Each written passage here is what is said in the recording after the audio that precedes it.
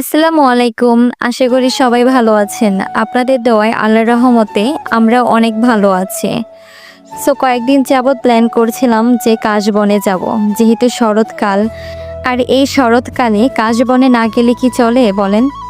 তাই আমরা কয়েকজন মিলে সেখানে চলে গেলাম। এবং সেই কাশবনটা হচ্ছে সরিষাবাড়ি বিগনাস সানসেট পয়েন্টের পশ্চিম পাশে, মানে যমুনা নদীর ওপারে।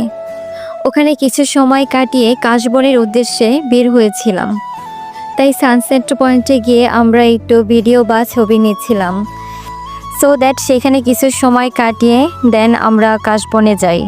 যেহেতু বারবার সেখানে যাওয়া হয় না, আর ওইদিকে আমি আমার সাফু বাবার সাথে একটু টাইম স্পেন্ড করছিলাম।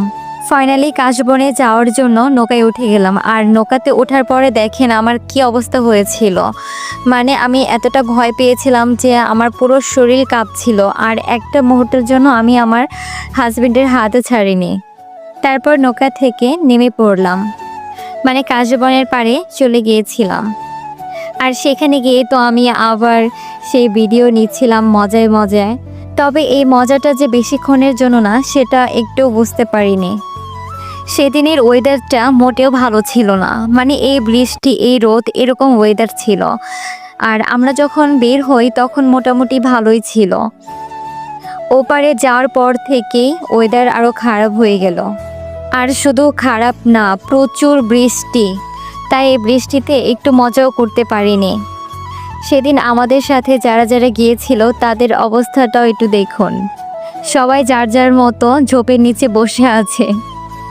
যাই হোক, তারপর বৃষ্টি কমে যাওয়ার কারণে আমি আবার ছবি এবং ভিডিও নিচ্ছিলাম।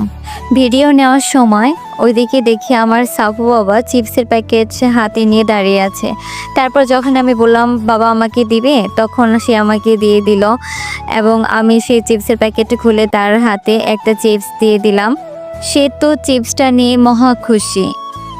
কখনোই ভাবিনি যে কাশবনে গিয়েও এরকম সিচুয়েশনে পড়তে হবে। আর এতেও কাশফুলও নতুন করে রূপ নিয়েছে। বৃষ্টি হওয়ার কারণে মাটি একদম নরম হয়ে গেছিল, তাই আমি ঠিকমতো হাঁটতেও পারছিলাম না। ফর দ্যাট ভালোই এনজয় করেছি আমরা। আসলে কি জানেন, লাইফে সব রকম সিচুয়েশনে থাকা দরকার, তাহলে লাইফটা ভালো করে উপলব্ধি করা যায়। সো ফাইনালি আমরা ওখান থেকে চলে আসি। আল্লাহ হাফেজ।